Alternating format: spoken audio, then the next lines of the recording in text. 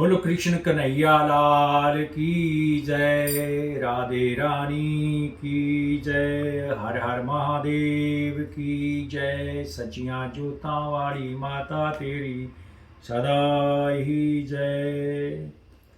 आज कृष्ण अष्टमी है। सबको कृष्ण अष्टमी की बहुत बहुत बधाई हो। सबके जीवन में मंगल और अच्छे अच्छे कार्य करने की भावना आती रहे और भगवान का नाम जपते रहें और 84 लाख जुर्मों के अंदर से अपना निवारण करने की कोशिश करते रहें। और ये एक छोटी सी कथा है कि जब कंस अपनी बहन देवकी को ससुराल छोड़ने पे जा रहा था तो रास्ते में आकाशवाणी हुई कि जिसको तू छोड़ने जा रहा है इसका 8वां पुत्र तेरे विनाश का कारण होगा, तेरी मृत्यु का कारण होगा। जब ये आकाशवाणी कंस ने सुनी तो कंस एकदम कांपने लगा कंस, और उसने देवकी के केस पकड़ लिए और कहा कि इसका वध कर दूं।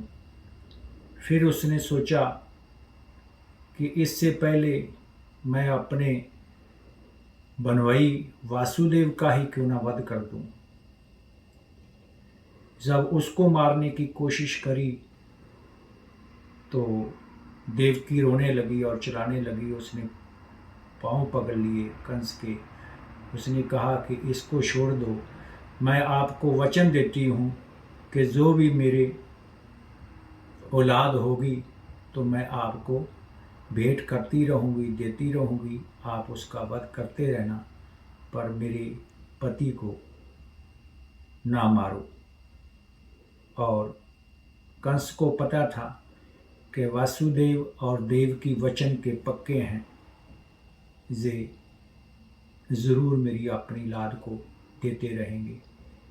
ऐसे करते उनको दोनों को उनने कारागार में बंद कर लिया।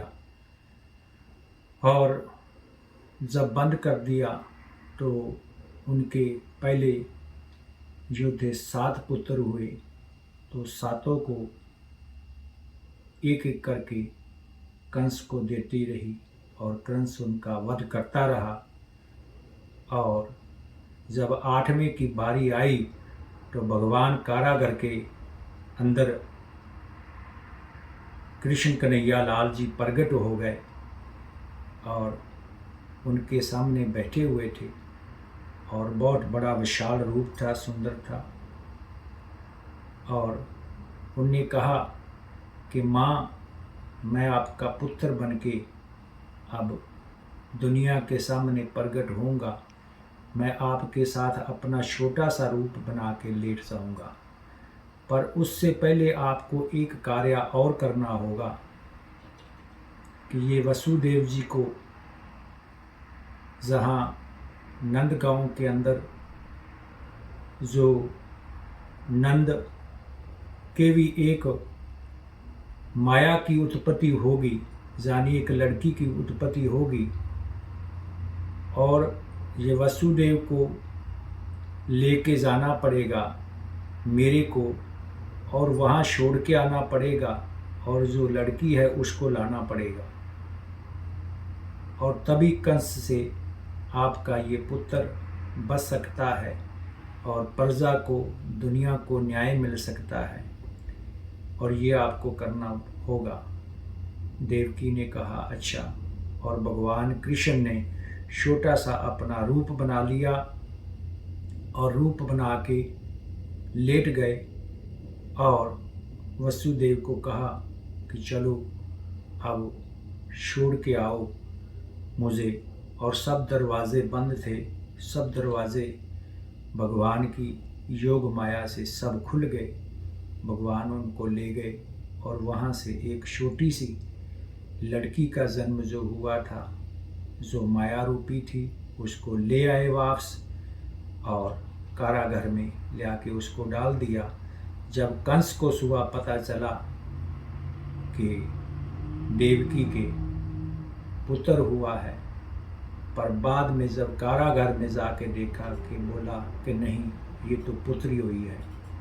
और कंस ने उसको पकड़ा और उसको जोर से चट्टान के ऊपर, पत्थर के ऊपर मारने की कोशिश करी, और वो कड़क करके बिजली बन के आकाशवाणी में चली गई। और काश में जाके उसने आकाशवाणी करी कि जो तेरे को मारने वाला है वो पैदा हो गया है, वो नंदगांव में आज पल रहा है और तू उसका बाल बांका भी नहीं कर सकता। उसी दिन से ये कृष्ण का जन्म हुआ। उसी दिन को कृष्णाष्टमी मनाते हैं। ये भादों के कृष्ण पक्ष की 8वीं को कृष्णाष्टमी कहते हैं। उसी दिन से कान्हा का जन्म हुआ और सब उसी दिन आनंद लेते हैं। अपने जीवन के अंदर में से जो बुराइयां है, बुराइयां को त्याग के अपने को सत्संग के जोड़ के, सत्संग के साथ कि परमात्मा सत्या है, कि जिसको राखे साइयाँ मार सके ना कोई, बाल ना बांका कर सके चाहे वैरी सारा जग होए। कि जिसको भगवान ने रक्षा करनी है उसको कोई भी नहीं मार सकता। ये हकीकत में भगवान कृष्ण की कथा नहीं है, ये हमारी सब की है। जो मृत्यु का भय रखते हैं, मृत्यु तो आनी ही जानी है। मृत्यु तो जैसे हमारा जन्म है और ऐसे ही मृत्यु है। मृत्यु सत्या है और जन्म झूठ है। कोई ज़रूरी नहीं है गर्भवती नारी जो बच्चे को जन्म दे, बच्चा वो जिंदा हो या मरिया हो, पर मृत्यु जो जिंदा होगा उसकी आनी ही आनी है। इस करके भगवान के जो प्रेमी होते हैं, जो भक्त होते हैं, वो मृत्यु का कभी भी भय नहीं रखते। मृत्यु तो एक शरीर को छोड़ के दूसरे शरीर को धारण करने वाली बात है, जिसको 84 लाख जूने कहते हैं। और जिसने इस इंसान के चोले को छोड़ के परमात्मा से मिलाप करना है, जो हमारी निराकार आत्मा है, निराकार परमात्मा से मिलाप करना है, तो ये शरीर का बंधन, जो हमारा मोह का त्याग करना, लोभ का त्याग करना, स्वार्थ का त्याग करना, हमारे अंदर ईर्ष्या वैर विरोध का त्याग करना, परमात्मा से, सबसे जीव जंतुओं से सबसे प्रेम करना, सबको समदृष्टि रखना, सबके प्रति भाव रखना कि ये हमारे जैसे आत्मा राम है। हम इस दुनिया के अंदर यात्रा करने आए हैं। We are the all traveller. हमने यात्रा करके यहाँ से चले जाना है। वो हमें किसी को पता नहीं है कि हमने कहाँ जाना है। पर एक बात है कि भक्ति में शक्ति है। जो भक्त लोग होते हैं उनकी भक्ति पूर्ण होती है, तो उनको पता होता है कि मैंने कहाँ जाना है। जिसको ये पता नहीं होता, ये संसार को ही बड़ा मानता है, ये साकार रूप है कि यही सब कुछ है। ये स्थूल भगवान की सारी माया है, जो कुछ भी आंखों से दिखता है, पर परमात्मा माया से परे भी है और माया के अंदर भी है। जैसे ये शरीर के अंदर आत्मा राम बैठा हुआ है, ऐसे ही हमारा मन बैठा हुआ है, ऐसे ही हमारा ये शरीर है। ये शरीर जो जड़ है और मन जो है, ये भावना उत्पन्न पैदा करता है। इसी से हमारे सारे बंधन बनते हैं, इसी से सारे हम कर्म बंधन बना के कर्मों में आते जाते हैं। और इन कर्मों के ऊपर जिसने जाना है, तो उसने आत्मा को जानना है। जब आत्मा को जानना है तो आत्मा में जाते हैं, तो सामने वाले की आत्मा और पशु पक्षियों की आत्मा और किसी में हमें कोई भेदभाव नहीं दिखता, हमें सब एक जैसा ही रूप दिखाई देता है। तो जब ये हमारे अंदर भावना बन जाती है कि हम केवल आत्मा राम है और निराकार परमात्मा जो कुछ भी करता धरता वो है, तो हमारा मन वहाँ टिक जाता है। तो फिर आवागमन से हम छूट जाते हैं। यही ब्रह्म ज्ञान है।